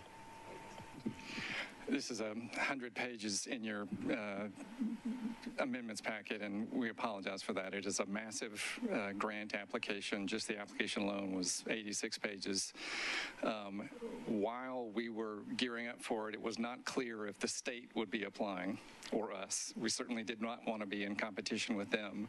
So we were doing everything we could to be ready, but to wait for the state to go forward or for us to go forward. So it had a bit of a chronology conundrum for us. this. There is a provision in the code that says when you apply for a grant of a certain size, go to council first for application permission. But in certain circumstances where timing is a problem, you can apply first and then come back and get permission. And the application does make clear that it's contingent upon council review and approval. So all of that to say, if the will of the body was to defer, the application is in. It is a late file. That was the best we could do to be commensurate. But that would be, it would not cause timing concerns because, again, the application is in. I hope that answers your question. So, yes, there's time pressure. But theoretically, well, not theoretically, it would come back before the council to approve receiving the grant. Mr. Jameson, while I got you, is the Envision Napier planning connected with, it seems like all the work around Envision Napier would run like 100 miles an hour head on into bridge into Napier. So what level of engagement coordination has happened there in that vector? No, very good question. And Councilman O'Connell, I could not be here at the time, raised exactly that concern. Also, activation of KVB. Diana Alarcon heard him, and in the application, part of the study, and this again is just a planning grant, but two of the specific study angles are with respect to what are the risks of gentrification at Napier? How can those be precluded? What are the affordable and workforce housing aspects that could be incorporated to preclude that? Also, how do we maintain KVB as an activated route? I might, if with your indulgence, call upon Ms. Alarcon to comment further on how that's being coordinated. Thank you very much, Mr. Jameson. You did a great job explaining that. So this is going to require some very intense planning with the community, and that is built into and that's why it's a planning grant. There's specific environmental and social justice that we must go through as part of the grant application that will include all of that and be inclusive. So it's looking at everything, including what's also on the East Bank right now. We have the Cadence Master Plan that we need to be inclusive of as well. So it's taking that holistic look and doing the feasibility of how it would land, what it would look like if it does work, what the mitigation would be, and that's what we would have to do in collaboration with the community 100%. So thank you. Thanks. Well, I'll listen to the rest of this. I will say it's at least more details than the Global Mall purchase, so that's a plus. Mr. Jameson, did I hear you say that the application is already submitted? Correct. So the feds have deadlines that are unmovable, and so the Metro Code, I think it's 504, don't quote me on that, says in those instances where there's just not time to get the approval and then submit the grant contingent upon the council's subsequent review and approval. And if the council were to deny approval, then the grant is off. But there is that chronology option. So if it's disapproved, then you'll pull the application? Correct. Okay. Because I was wondering why we didn't approve it. Thank you. Any further discussion? All right, hearing none, all those in favor say aye. Any opposition? Any abstention? All right, thank you. You recommend approval. One abstention. Two.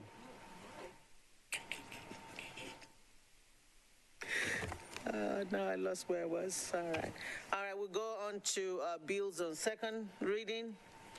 Bill 2022-1169. Benedict Allen and Withers approves a lease agreement between the Metro Board of Education and East End Prep. We have a letter to defer from the sponsor. All right, all those in favor of, we have to vote on the deferral? All right, all those in favor of the deferral? Any opposition? Abstention? All right, defer, you recommend deferral. BL 2022-1170. Allen Sledge, Van Rees, and others, authorizes the Health and Education Facilities Board of the Metro Government to accept payments in lieu of ad valorem taxes from its leases operating mixed-income multifamily housing facilities, including housing for low and moderate income persons, and approving the program for determining qualifications and eligibility for such payments. Do I have a motion? Second? It's moved and seconded. Any discussion? Councilmember Mendez. This is 1170. 1170, yes, sir. All right.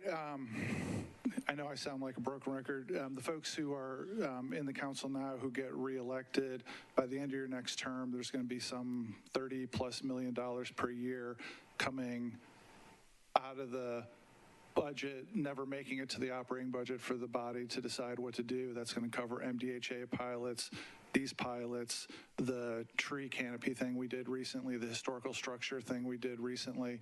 And I know there's at least one other idea kicking around, but between those four, by the time y'all get to the end of the next term, there's going to be some $30 million a year plus that you never appropriate, never shows up in the operating budget, you won't take a vote on it. And all those things are a great idea today, but the idea of making it more or less permanently not part of operating budget doesn't make sense to me. For that reason, I will be opposed to this. All right, any further discussion? Councilmember Allen.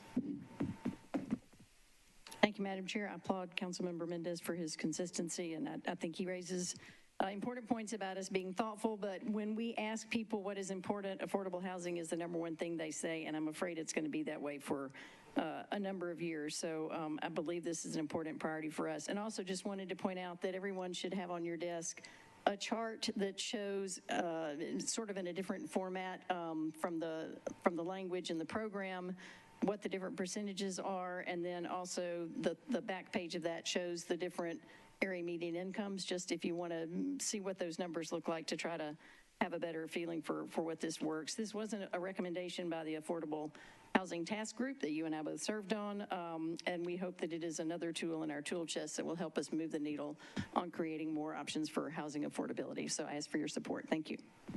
Thank you. Councilmember Benedict. Thank you, Chair. I'm not sure who was paying attention or not paying attention during the Affordable Housing Committee, but this is budget specific, and I have a development that this is something I've been looking at for the past year and a half with this development in District 7. It's currently 200 Section 8 units, so affordable, but through HUD rather than the city. And the developer, the person who owns that land, is planning to create up to 750 market rate apartments, thereby displacing 200 or 195 families.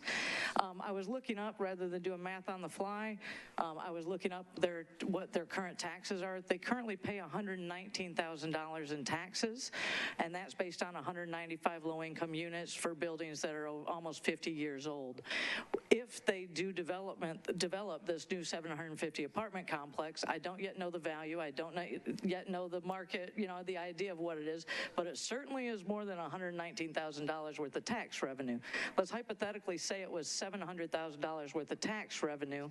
That's a $520,000 increase in tax revenue for the city. If we were to give, let's say, a $300,000 abatement to require X number of units at X percent AMI, so that we now have affordable units mixed in with market rate units, which is how we get people out of poverty, by the way, we still would have increased our property taxes by $220,000 in this instance. So rather than costing the city money, if we negotiate these deals in the right way, we can increase our tax base while also providing the affordable housing that the community is looking for. This is one example that I hope I'm able to achieve in District 7, and I hope it's something that we can replicate throughout the city. This tool will make that happen, will help make that happen in a way that that makes sense for all parties involved, including the developer, and again, including putting taxpayer dollars to use, earning money for the city. So I hope this committee supports it, and I'll ask everybody tomorrow night too as well. Thank you, Chair. Councilmember Benedict, I think you said something about it would displace 195 people. Would you? Potentially. And So would the property now absorb the people that are being displaced? Is that part of the conversation? So, yeah, this is a side outside of this committee, absolutely, and I am glad to run you through. We've been working on this for a year and a half, and my goal is to make sure that the 219 kids that are there and the 126 MNPS enrolled students there are kept completely whole in addition to their families. So if you can pick up that, I know those student counts off the top of my head, we've been working diligently in the community to make sure that if there is anyone displaced, that they land softly, and preferably we could use a pilot agreement like this to ensure anyone who doesn't want to be displaced can stay.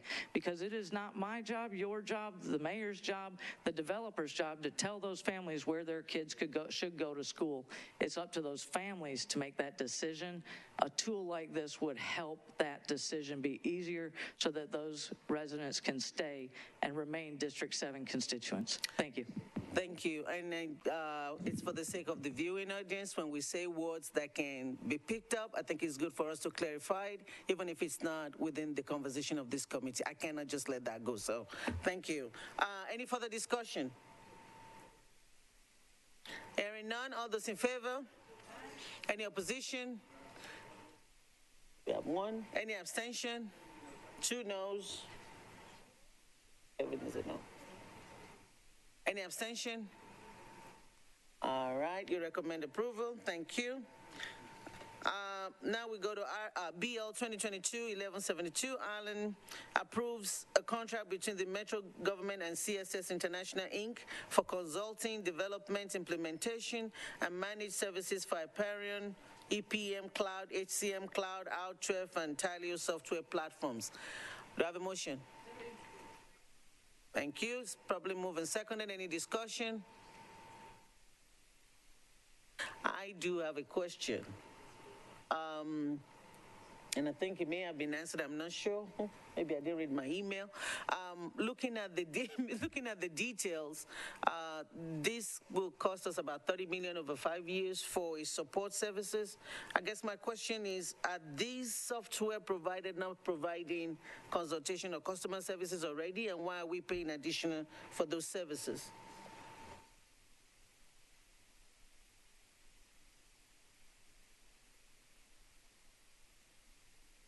You recognize? Thank you, ma'am.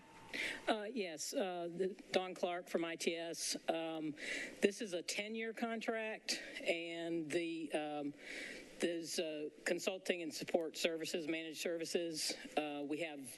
They're just annual recurring costs, and then there's as you saw in the kind of the table, I broke it down into all the different areas that we have kind of recurring annual support services, they're managed services, and then there's some just kind of estimated amounts for potential future projects. So it was kind of recurring and non-recurring. So this is, it has to be, we pay it every year. So that's over the 10 years that's the amount, the total amount.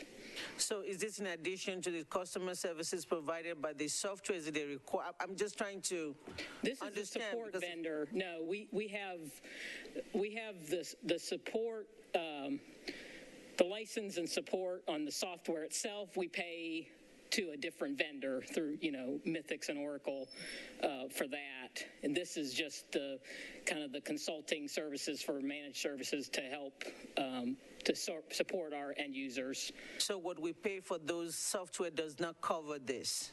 No, this is the consulting services, the managed services to assist with, the issues that arise or that kind of thing outside of,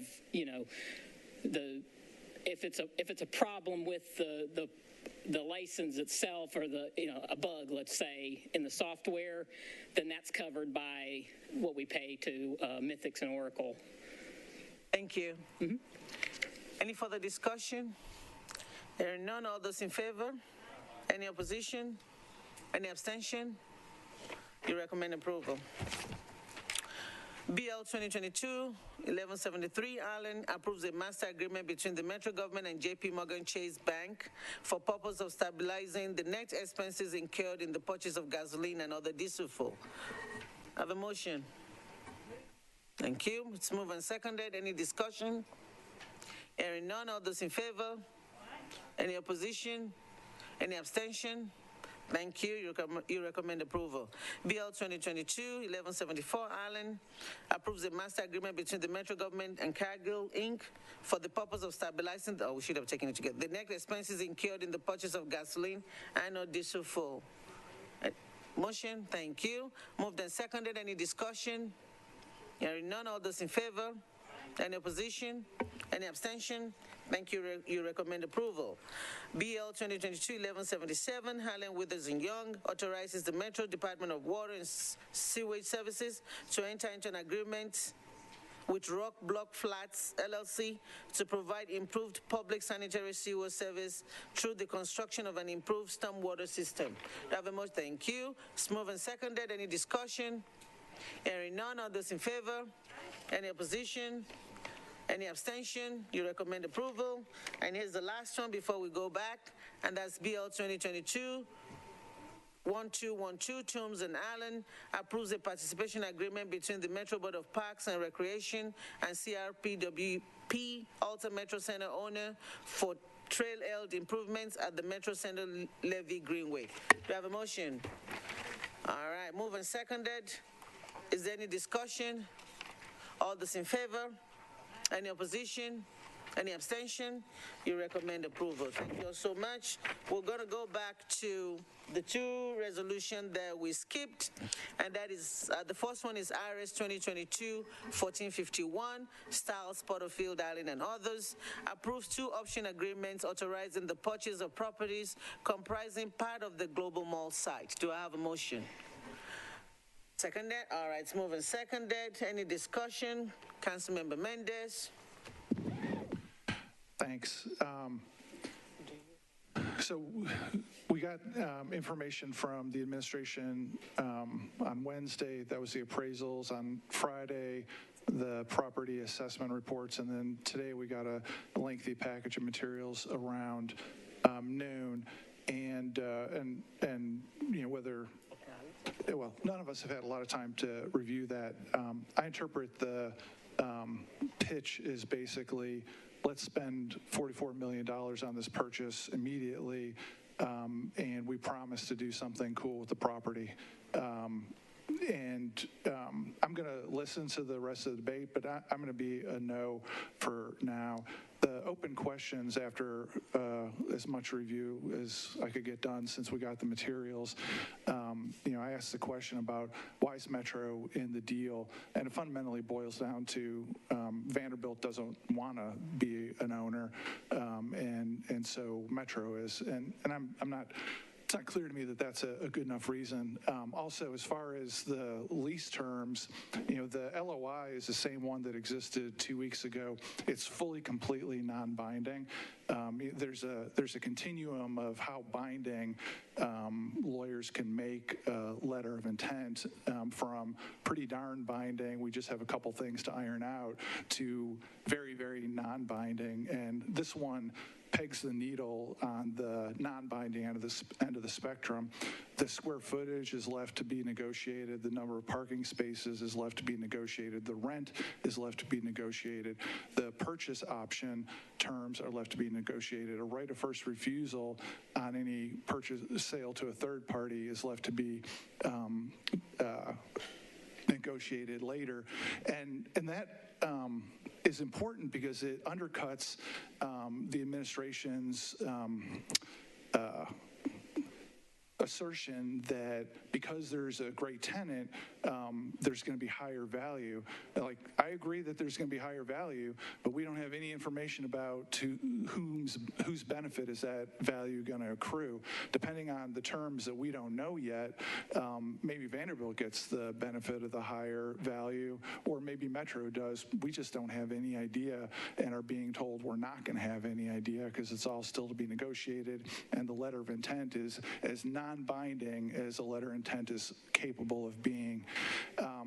Other thing we learned today, a couple weeks ago, it wasn't clear from the press release only whether the rent from Vanderbilt was going to cover the debt for both parcels or just one. The materials we got today said that it's expected that Vanderbilt's rent would cover the debt service for the property it will occupy, which means that the other parcel, we don't, apparently Metro will have to cover that cost.